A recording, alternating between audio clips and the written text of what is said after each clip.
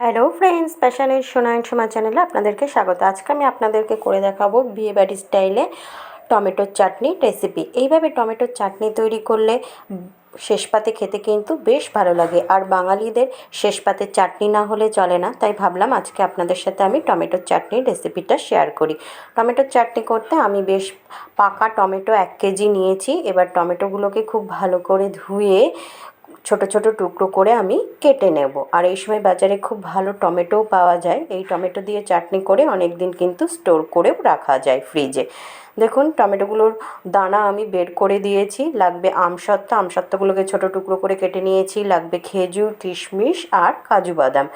সমস্ত কিছুকে আমি ছোট টুকরো করে কেটে ভালো করে ধুয়ে রেখে দিয়েছি। এবার একটা ভাজা মশলা তৈরি করব। তার জন্য গ্যাসে কড়াই বসিয়ে দিয়েছি। তাতে আমি দিয়ে দিলাম 5 ফোড়ন আর 2টো শুকনো লঙ্কা।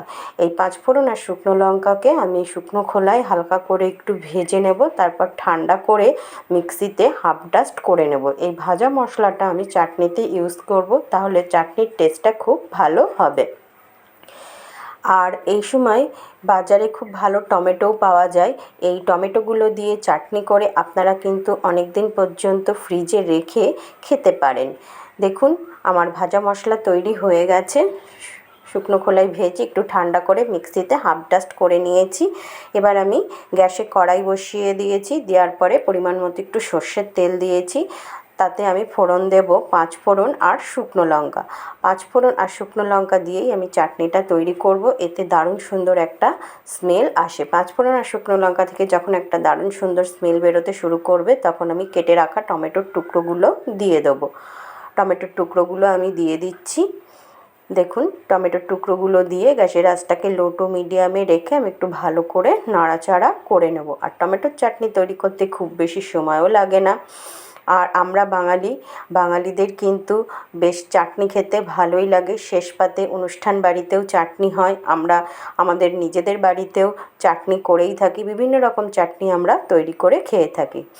দেখুন, টমেটোগুলো একটু হালকা নরম হতে শুরু করেছে। এবার আমি দেবো নুন, হলুদ গুঁড়ো আর সামান্য একটু কাশ্মীরি শুকনো লঙ্কার গুঁড়ো। কাশ্মীরি শুকনো লঙ্কার গুঁড়ো দিলে টমেটোর চাটনিটা একটা দারুণ সুন্দর কালার আসবে। এইগুলো দিয়েও টমেটোর সাথে খুব ভালোভাবে একটু নাড়াচাড়া করে নিচ্ছি।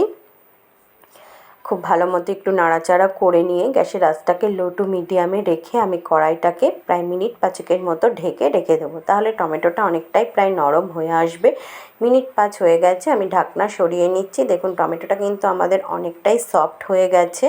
এবার আমি ধুয়ে রাখা খেজুরগুলো দিয়ে দেবো। খেজুর একটু শক্ত, তাই একটু সেদ্ধ হতে বেশি সময় লাগবে। তাই আমি এই সময় খেজুরগুলো দিয়ে দিলাম। খেজুরগুলো দিয়ে টমেটোর সাথে খুব ভালোভাবে আমি একটু নাড়াচাড়া করে নেব। দেখুন, আর আমার চ্যানেলে কিন্তু চাটনির নানা রেসিপি দেওয়া আছে, সেগুলো আপনারা কিন্তু দেখে নিতে পারেন। টমেটোটার সাথে খেজুরটাকে খুব ভালো মতো মিশিয়ে দিয়ে গ্যাসের আঁচটাকে লো টু মিডিয়ামে রেখে কড়াইটাকে আবার আমি মিনিট 5 ঢেকে রেখে দেবো। মিনিট 5 বাদে ঢাকনাটা সরিয়ে নিচ্ছি। দেখুন, টমেটোটা সুন্দরভাবে গলে গেছে, প্রায় নরম হয়েই এসেছে। খেজুরও নরম হয়ে গেছে। এবার আমি দেব কাজু আর কিশমিশ। কাজু কিশমিশ দিলে চাটনির টেস্টটা আরও বেশি ভালো হয়। দেখুন, কাজু আর কিশমিশগুলো দিয়ে দিচ্ছি। কাজু বাদামগুলোকে একটু ছোটো টুকরো করে কেটে নিয়েছি। কিশমিশ কাজু দিয়ে খুব ভালোভাবে একটু মিশিয়ে দিচ্ছি। এই দেখুন, কার কার টমেটোর চাটনি খেতে ভালো লাগে অবশ্যই কিন্তু আমাকে কমেন্ট করে জানাবেন। আমাদের বাড়িতে প্রায় সকলেরই টমেটোর চাটনি খেতে দারুণ লাগে। দেখুন, টমেটোর চাটনিটা প্রায় হয়েই এসেছে। এবার আমি দেব নুকুলদানা। আমি নুকুলদানা দিয়ে চাটনিটা তৈরি করব। আপনারা ইচ্ছা করলে চিনি, বাতাসা, গুড়, মিছরি সব কিছু দিয়েই করতে পারেন। তবে নুকুলদানা দিয়ে করলে চাটনির টেস্টটা বেশ ভালো হয়। তাই আমি বাড়িতে নুকুলদানা দিয়েই চাটনিটা তৈরি করে থাকি। নুকুলদানার সাথে চাটনিটাকে খুব ভালো মতো মিশিয়ে দিচ্ছি টমেটোগুলোকে। যতক্ষণ না নুকুলদানাগুলো গলে যাবে ততক্ষণ পর্যন্ত আমাদের একটু অপেক্ষা করতে হবে। টমেটোর সাথে নুকুলদানাগুলোকে খুব ভালো মতো আমি একটু মিশিয়ে দিচ্ছি। প্রায় 10 মিনিটের মধ্যেই দেখবেন নুকুলদানাগুলো গলে গেছে। দেখুন, নুকুলদানাগুলো আস্তে আস্তে গলতে শুরু করে দিয়েছে, প্রায় অনেকটাই গলে গেছে। আর টমেটোও কিন্তু আমাদের প্রায় সেদ্ধ হয়েই গেছে। দেখুন, একটুও কিন্তু জল দেবার প্রয়োজন হবে না। নুকুলদানা থেকে যে জল বেরোবে তাতেই কিন্তু চাটনিটা তৈরি হয়ে যাবে। আস্তে আস্তে নুকুলদানাগুলো প্রায় গলেই গেছে।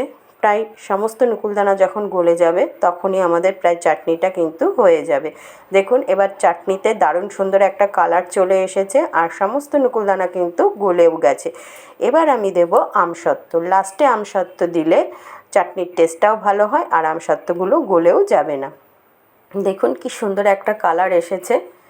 এবার আমি আমসত্ত্বের টুকরোগুলো দিয়ে দিচ্ছি। আমসত্ত্বের টুকরোগুলো দিয়ে চাটনির সাথে খুব ভালোভাবে মিশিয়ে দেব।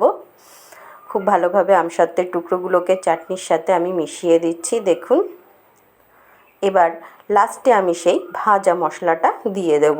এই ভাজা মশলাটা দিলে চাটনির টেস্টটা আরও দ্বিগুণ বেড়ে যাবে।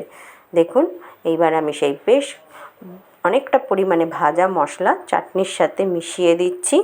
খুব ভালোভাবে চাটনির সাথে আমি ভাজা মশলাটাকে মিশিয়ে দেব। তারপরে আমি গ্যাসটা বন্ধ করে দেব, দিয়ে কড়াইটা ঢেকে চাটনিটাকে মিনিট 5 স্ট্যান্ডিং টাইমে রেখে দেব। আর চাটনি কিন্তু বেশ ঠান্ডা ঠান্ডা খেতেই বেশ ভালো লাগে।